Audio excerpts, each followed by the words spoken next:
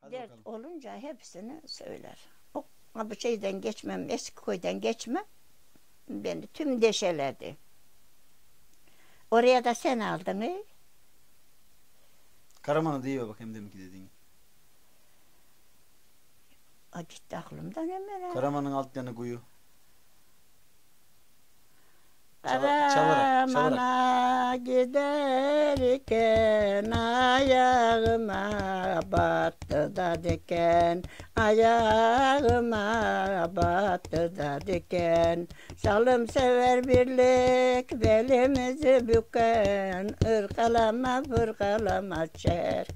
Kızı sen ağlar giy ben kırmızı. Karamanın at yanı dere. İşte gitti karıştırdı. Devam et. Ama gelmesin mi kendim? Demin olacak o sen al bir daha Karaman'ın alt yanı derler. Tam Gelmesin mi kendim? Gittim. yok tutturursun sen al bir daha. Gitti kuzum baka. Gitmez. Karamanın çayırına at salıverdim bayırına. At salıverdim bayırına. Bir şeftali versen ne var anan da baban yerine. Yandım Karaman'ı, verdim Karaman'ı. Anan baban düşsün, oğlan delikanlı. Ölsün deneyecek orada, tamam. Bir de şey vardı Karaman'ın alt yanı dere. Dur kuzum orayı da kendin ekle gari. Demin dedin ya. Sen orayı da çarkana kendin ekle. Onu da diye de bitirelim gari. Azıcık kaldı. Hadi be.